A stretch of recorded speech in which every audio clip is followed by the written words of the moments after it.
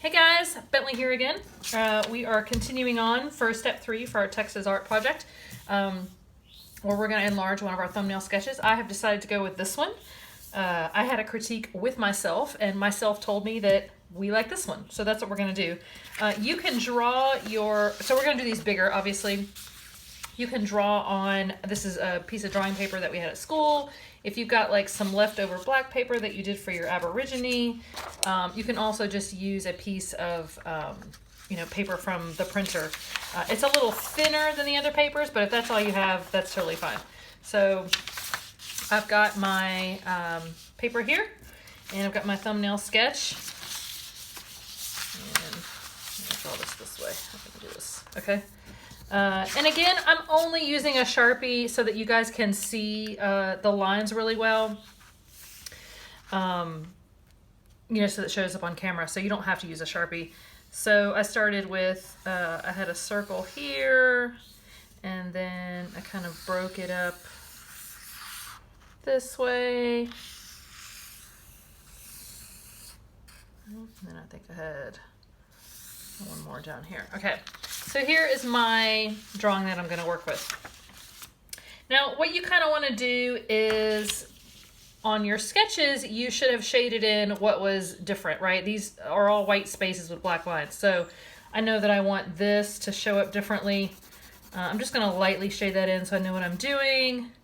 And then this little area, right? I know I want that to be a darker color. And I could even break this up even more if I wanted to, because you're going to have to fill these spaces with the same amount of text. Not the same amount, sorry, the same type of text so that they really show up. So if I find I'm running out of, different types of text, I can always come back in here and, break this up even further if I want to.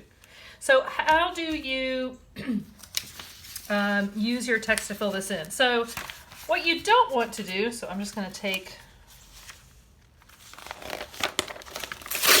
this first page here. I like this green. Now, I'm going to fill in this green. I don't have a lot of this green. It was only the title in this one magazine, so I'm not going to try and fill in these large areas because I just won't have enough. And you want to fill in your spaces with the same type of text so that they show up. Now, what I don't want to do is I don't want to cut this up so that you can still see King Spore's woodworking shop.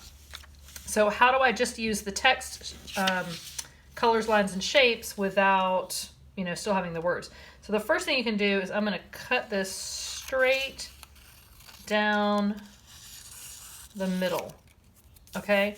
Already, you can hardly tell what that used to say. You might remember that it said woodworking, but, once you start cutting it up. So then I don't need this little black piece on the end. I'm going to cut that off. Okay. So now once I start cutting out these little pieces, see how they no longer spell the words. It's just the shapes of the letters and the lines, right? So what you're going to do is you're going to glue these down into the space. So I'm going to do this circle here because I know I don't have this much green, and I think I have enough to fill the circle. Hopefully you guys have a glue stick. If you don't have a glue stick, maybe you just have some white glue, but you definitely need something that's sticky. So hopefully you have a glue stick. I am going to go ahead, and I probably won't be able to do the whole circle at once, so I might just put glue on half of it. And awesomely, this stuff is purple, so it shows up really good where I put it. Now, when I cut these, they're straight, right? I'm putting them into the circle. So all you got to do is just kind of like curve your scissors a little bit so that they're curved. And I'm going to use that Sharpie line that I drew and kind of line up the pieces on the edge.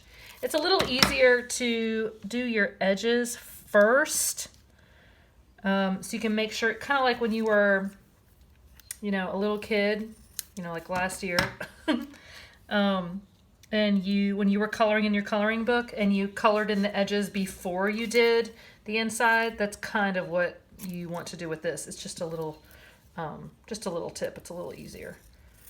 I'm gonna cut those. You know what? I think I might be able to do this whole circle, or at least the edges. It's not gonna hurt anything if you put glue down and then you don't put anything on it. Like, it's not gonna... Now see how I laid that piece down? It's gonna go outside my lines. I'm just gonna cut that little chunk off and lay him down right there.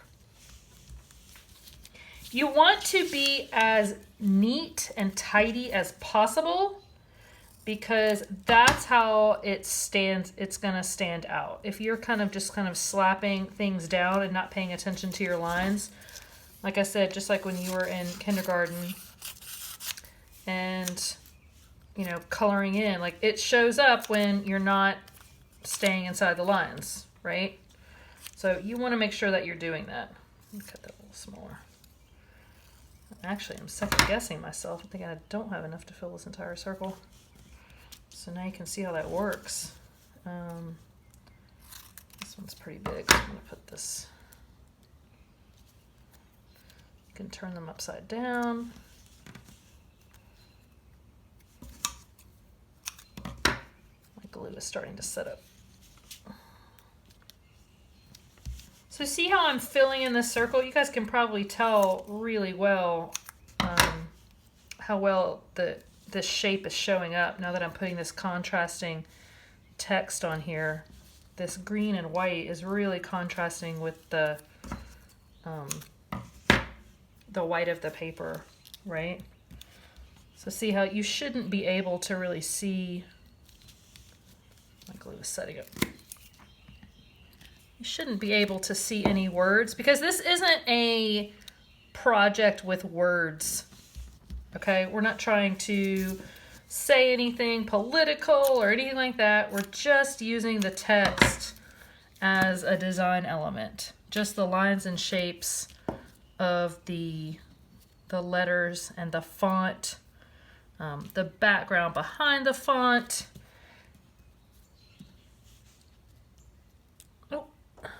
Come here, little guy. I might have exactly enough. How awesome is that? Cut my little curve. You could always, if you're not sure if you have enough, see, like I'm going outside my lines there a little bit. When I come back around with this second color, I'll just go over that to make that look better. So, do you guys see? One, I cut up the font, right? So you can't see the letters anymore. I basically just took the font and kind of cut it straight down the middle, okay? And then I cut them to match the curved line, right? And then I lay them out so you no longer, you know, you can see a K, but there's no words that are showing up. All right, so far, right, this one little shape is ready to go. And then what I'm gonna do on this side, I gotta pick something that's completely different so that this guy pops out. We want him to contrast. So I could do little tiny text, right? Little tiny text is definitely different than this. I can use bolder black letters, right? I've even got some of this little catalog happens, well, it's only got that one page, but this little catalog all along the top has the same font. So I could always use that one. That's going to contrast. You want to do something that's totally different. So that's how I'm going to start that.